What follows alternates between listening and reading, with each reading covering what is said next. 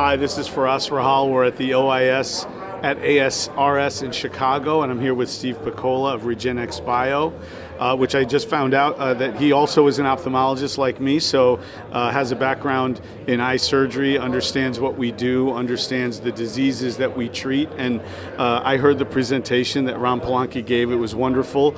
Maybe you can tell us a little background about the company and its previous history and how you're into ophthalmology and your current products. Sure. Thanks, Firas, for the opportunity to discuss our company. So, as Ram reviewed earlier in the session, the company's been around for about 10 years, and we were founded around the technology that we refer to as NAV technology, which is basically the next generation of naturally occurring AAV vectors that were discovered about 10 years ago. And the reason this is important is we're all aware of the first generation vectors that have existed in the adeno-associated virus space, particularly AAV2 and AAV5 would be the ones that most people are aware of. And what we've seen with NAV technology in the second generation of naturally occurring AAV serotypes is a much higher ability to transduce cells and have a higher degree of gene expression and a longer duration of expression of transgene proteins. And also we've seen a much lower immunogenicity associated with the NAV technology vectors. And this all ties together to allow for going after different retinal indications as well as non-retinal indications. And the reason for that is there are various vectors in the platform that have different tropism for different cell layers and different tissues. So for example, we know with AAV8 vector, which is the vector used in our lead program RGX-314 for treatment of wet AMD and DR, that we get 10 to 100-fold greater transfection of retinal cells, specifically RPE and photoreceptor cells. And again, we get this without the immunogenicity that's associated with first generation AAVs like AAV2. So based on this, we're very excited earlier this year to have announced the first 1 year results of our first 3 cohorts in our ongoing phase 1/2A study of RGX-3114 for the treatment of wet AMD. And this is, again, an AAV8 vector that delivers a transgene for an anti-VEGF Fab. So we felt it was important to go after a vector that we understood and would have high efficiency when given subretinally, the standard, the gold standard really for transfection in retinal delivery, and go with a validated approach for treating common diseases like wet AMD and DR. Right, removing 1 degree of freedom of exactly. Does this pathway, does this mediator have function in wet AMD? And you already have the answer. Exactly. It's smart. Why have 2 degrees of freedom? You already have the challenges on the transfection side. So that was that part of the strategy in choosing wet AMD and choosing a VEGF-like mediator pathway? It was, and we have other programs outside the eye that are the more traditional approach of replacing or providing a healthy gene for a monogenetic disorder.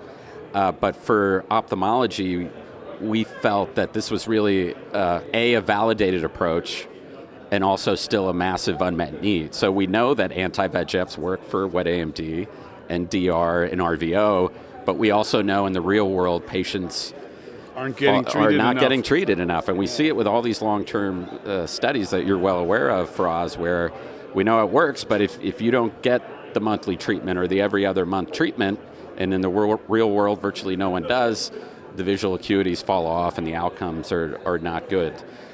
So our approach is using gene therapy as a way to deliver a therapeutic protein that's validated, anti-VEGF Fab that's remarkably similar to ranibizumab, Lucentis, to provide a one-time foundational anti-VEGF therapy that may allow for the obviating the need for any anti-VEGF, but even in a very anti-VEGF needy population or subgroup of patients, you'll have this foundation of anti-VEGF activity on which you can overlay whatever you wish, Avastin, Lucentis, brolucizumab down the road, or other therapies.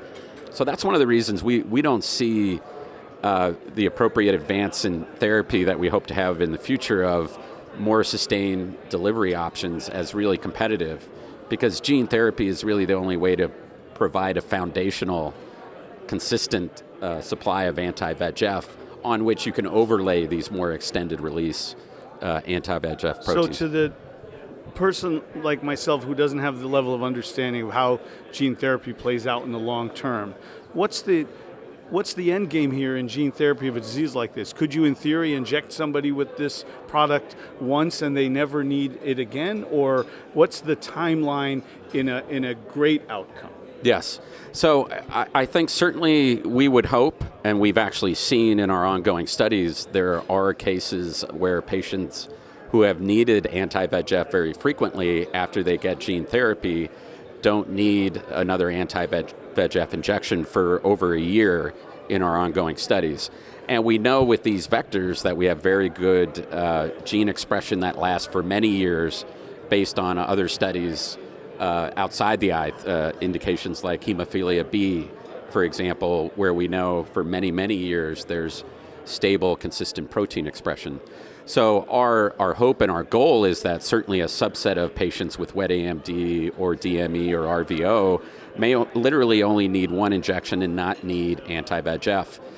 But of course, you know how variable and complex diseases like wet AMD and diabetic macular edema are. There's going to be a whole spectrum of patients. So there's going to be some patients who just need a ton of anti-VEGF, to say it in very colloquial terms. Over and above the gene therapy. So I don't think it's realistic to think every patient could have the need for anti-VEGF taken away by this. But even in those patients, importantly, again, by having a gene therapy, or basically the patient's own biofactory for producing anti-VEGF, you can have a consistent foundational amount of anti-VEGF activity that we would hope would lower the frequency of injections that even those patients would need. It makes great sense, and I really appreciate the realism that you bring to this, that this is a realistic approach. You're not going pie in the sky, but the upside's pretty high here, and good for you. I congratulate you and Ram. Ram gave a great talk, and your company in this development. It's amazing, and I'm looking forward to seeing the clinical trials evolve further. Thanks for coming to talk to us. Thanks, Firas. Really appreciate it. Thanks.